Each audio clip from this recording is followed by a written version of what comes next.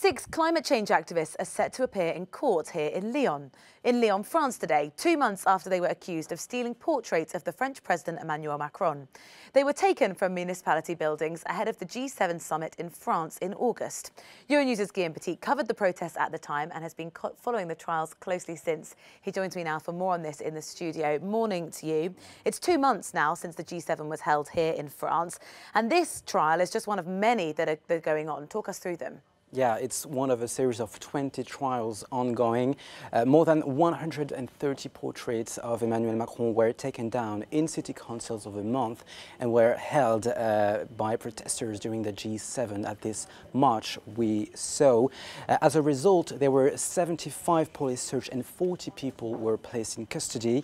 Last May, 6 activists were sentenced to 500 fines for theft with scheme, it means they schemed to go inside the building.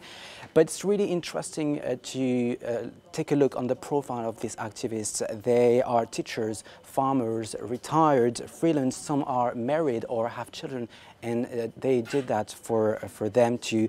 The lawyer had pleaded the state of necessity, arguing that environment represents an actual emergency, but the defendants appealed, and that's what's at stake today in court.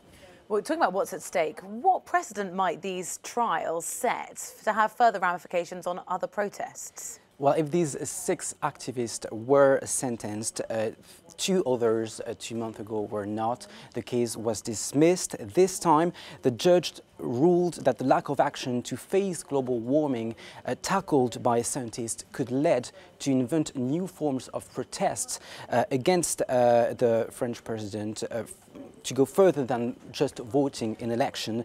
So it's unclear, but it could open maybe doors for further protest if the court follows this ruling today.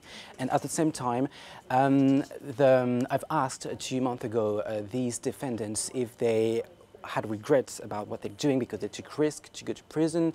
They have family and jobs, and they said they had no regrets, and if they had to do it again, they would do it. Guillaume Petit, thank you for the update on that story.